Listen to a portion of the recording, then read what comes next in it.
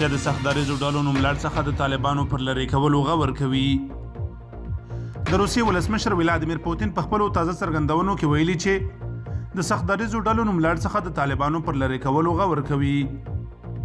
ولسمشر پوتین د خپلو خبرو پر دوام د افغانستان ثبات د سیمې او نړۍ په ګټه بللی او له امریکا یو ځل بیا غوښتنه کړې چې د افغانستان په سرمایه د لګېدلي بندیزونه لرې کړي ترڅو په دغه هیواد کې د ممکنه بشري ناورین د پیښېدو مخه ونیول شي. باید وویل شي چې د روسیې ولسمشر داسې مهال دغه څرګندونې کوي چې څو ورځې وړاندې روسیې د مسکو فارمټ په نوم غونډه رابللې وه او د افغانستان د لومړي وزیر دوهم مرستیال عبدالسلام حنیفي په مشرۍ لوړپوړي دولتي پلاوي هم پکې ګډون کړی و. د کابل ټکی کام یوټیوب چینل ته ښه راغلاست. دا که ستاسو لومړی راتګ وي هیله ده په چینل کې اشتراک وکړئ او د زنګ بټن یې هم ووهئ.